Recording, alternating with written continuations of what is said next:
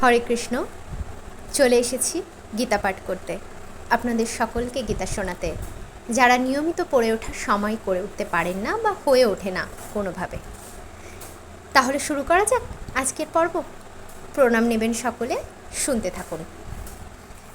প্রকৃতি পুরুষ বিবেক যোগ, শ্লোক 16। বহিরন্তশ্চ ভূতা নাম চরং চরমেব চ সূক্ষ্ম তত্ত্ব দবিগেয়ং দূরস্থং চান্তিকে চ তৎ। অনুবাদ: সেই পরম তত্ত্ব সমস্ত ভূতের অন্তরে ও বাইরে বর্তমান, তার থেকেই সমস্ত চরাচর। অত্যন্ত সূক্ষ্মতা হেতু তিনি অবিজ্ঞেয়, যদিও তিনি বহু দূরে অবস্থিত, কিন্তু তবুও তিনি সকলের অত্যন্ত নিকটে। তাৎপর্য: বৈদিক শাস্ত্র থেকে আমরা জানতে পারি যে পরমেশ্বর ভগবান নারায়ণ প্রতিটি জীবের অন্তরে ও বাইরে বিরাজ করছেন। তিনি চিন্ময় ও জড় উভয় জগতে রয়েছেন। যদিও তিনি অনেক অনেক দূরে, তবুও তিনি আমাদের অতি নিকটেই।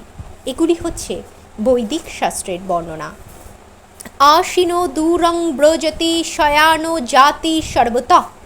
আর যেহেতু তিনি সর্বদাই চিদানন্দময়, তাই আমরা বুঝতে পারি না কিভাবে তিনি তার পূর্ণ ঐশ্বর্য উপভোগ করছেন।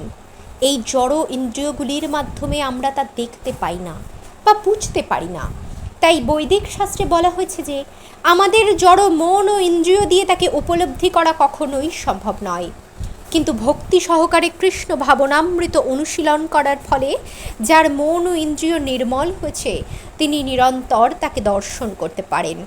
ব্রহ্মসংহিতাতে বলা হয়েছে, যে ভক্ত প্রেম ও ভক্তিতে ভগবানের সঙ্গে যুক্ত হয়েছেন, তিনি নিরন্তর তাকে দর্শন করতে পারেন।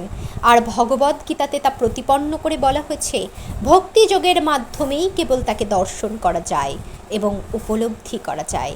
ভক্তা তনন্যায়া শক্য। আজ এ পর্যন্তই সমাপ্ত। আসলে আমার পরীক্ষা কালকে, তাই আমি একটা মাত্র শ্লোক পড়লাম। কিছুদিন ধরেই আমি খুব কম পড়ছি, একটা দুটো শ্লোক পড়ছি। ক্ষমা করবেন, আশীর্বাদ করবেন সকলে আমাকে, কালকে যেন আমি আমার সবটুকু দিয়ে আসতে পারি। তাহলে প্রভুর নাম করে আজ আসি।